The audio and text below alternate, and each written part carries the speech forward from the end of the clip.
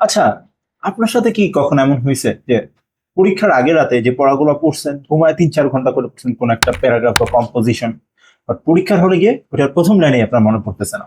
আচ্ছা, এই জিনিসটা কিন্তু শুধুমাত্র আপনার সাথে হয় না, আরো অনেকের সাথেই হয়। খুবই সিম্পল একটা ব্যাপার। এই যে ব্যাপারটা, এটার নাম হচ্ছে ফরগেটিং কার্ভ। গবেষণায় দেখা গেছে যে আমরা যা কিছু শিখি 24 ঘন্টার মধ্যে তার 70% ভুলে যাই। তাহলে এর সমাধান কি?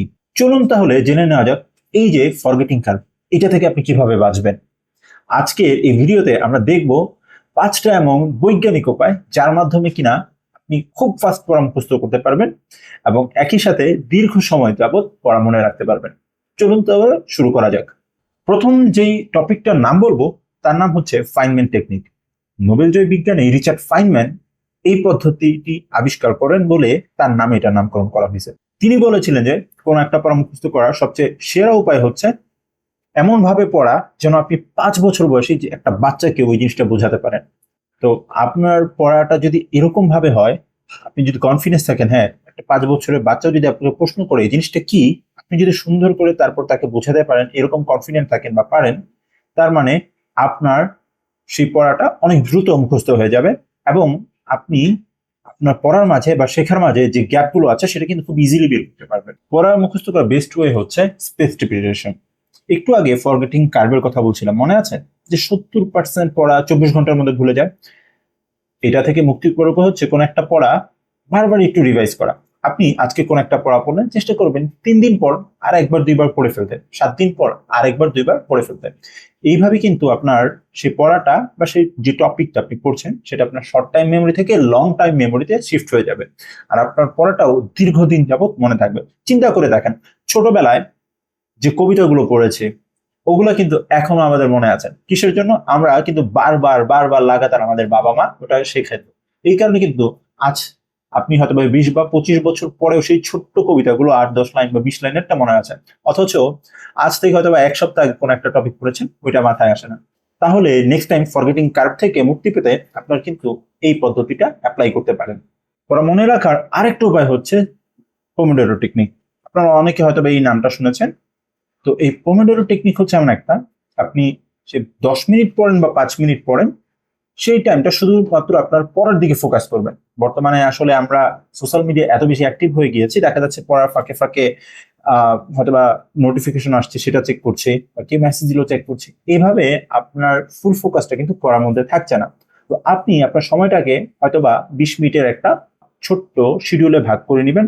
আপনার সেই সময় আপনি যাই হয়ে যাক দুনিয়ার অন্য কোনো দিকে ফোকাস করবেন না, শুধু পড়ার মধ্যে ফোকাস করবেন। তারপর হয়তো আপনি একটা 5 মিনিটের ব্রেক নিতে পারেন, সেই সময় আপনি হয়তো একটু ফেসবুক চালাতে পারেন বা যা ইচ্ছা একটু গেম খেলতে পারেন।